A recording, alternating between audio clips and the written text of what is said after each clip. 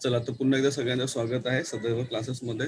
आपण घेत आहोत पुढचा एक धडा आहे. त्या धड्याचं नाव आहे महिला आश्रम हिंदी लोकभारती स्टँडर्ड 10 इयत्ता 10वी. चला लक्ष द्या. महिला आश्रम लिहिलेला आहे लेखक काका कालेलकर जी, इनके लेखक है.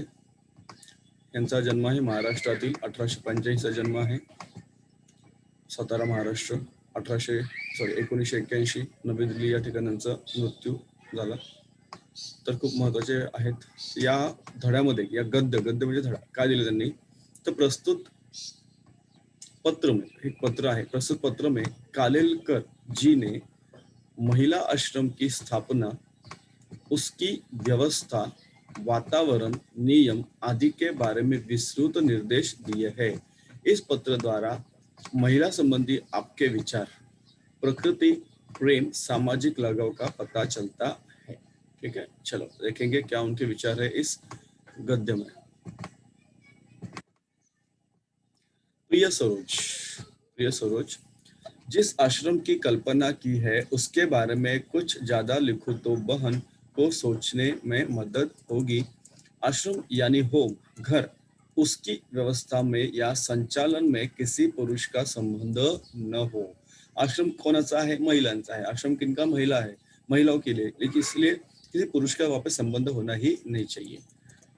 उस आश्रम का विज्ञापन अखबार में नहीं दिया जाए. उसके लिए पैसे तो सहज मिलेंगे लेकिन कहीं मांगने नहीं जाना है.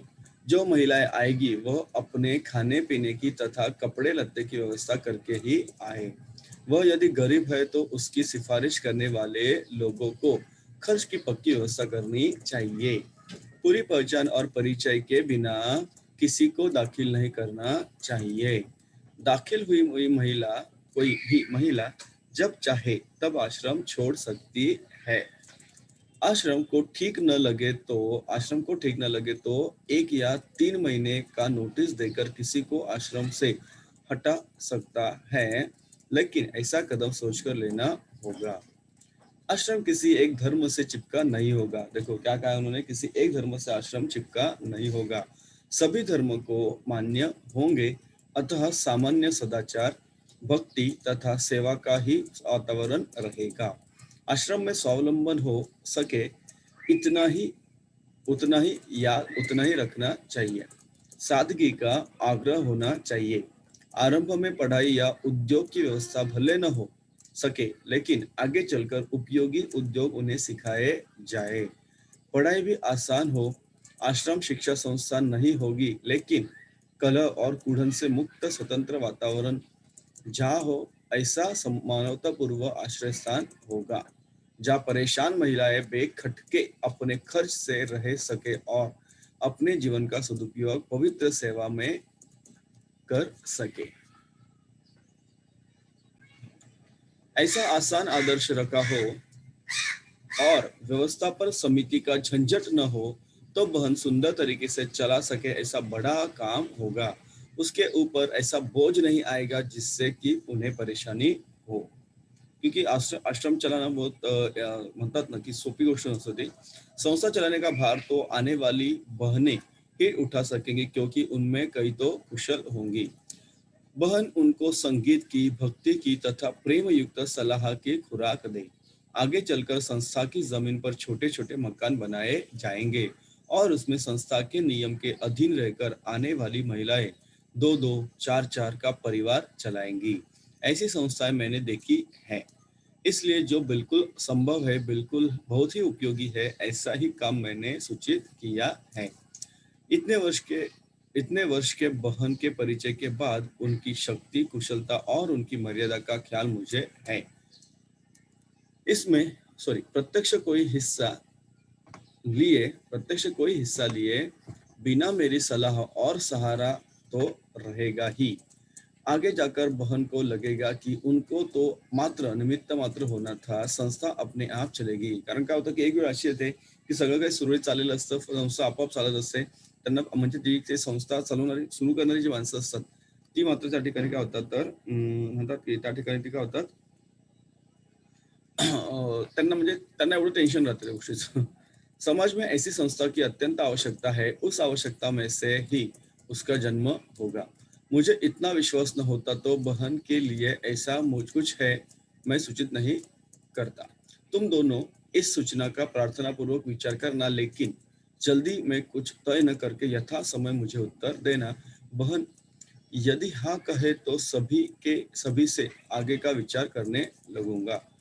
यहाँ सर्दी अच्छी है, फूलों में गुलदाउदी क्राइसेंथीमम क्रिजेंथीमम मतलब क्राइसेंथीमम फूल बाहर में है।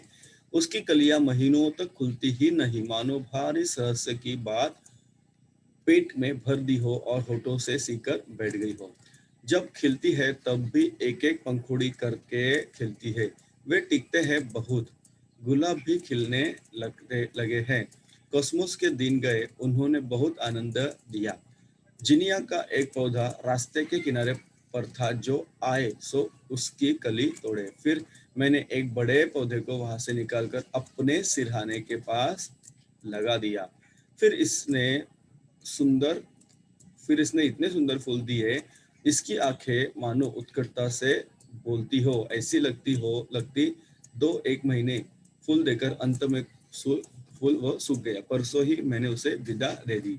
अभी ये जो पत्र है तो अ, काका का दोनों को सप्रेम सुभाषिष गुरु 21/12/1944 म्हणजे किती 1944 सालचं हे पत्र त्यांनी लिहिलेलं आहे.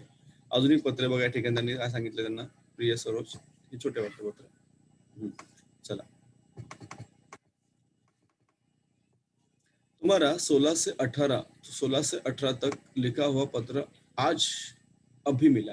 कारण पूर्वी पत्र असायचे, त्यामुळे ते पत्र पहुंचने वेळ लगाएगा. इस महीने में मैंने इन तारीखों को पत्र लिखे हैं. कौन कौन सी तारीख को? 1 तारीख को लिखा है, 9 तारीख को लिखा है, 15 तारीख को लिखा है और चौथा में आज लिख रहा हूँ. अब तुमको हर सप्ताह में लिखूंगा ही.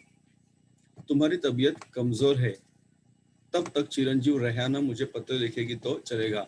मुझे हर सप्ताह एक पत्र मिलना ही चाहिए.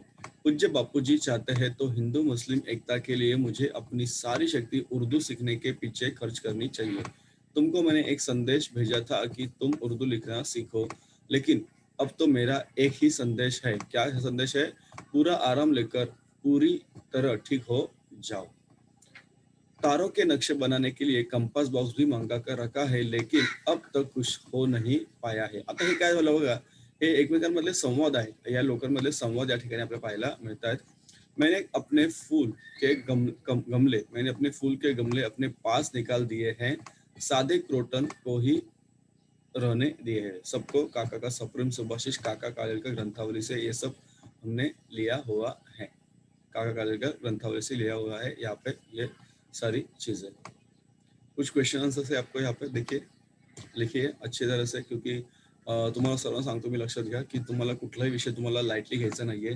प्रत्येक विषय महत्त्वाचा आहे, त्यामुळे तुमचे मार्क्स वाढणार आहेत. चलो.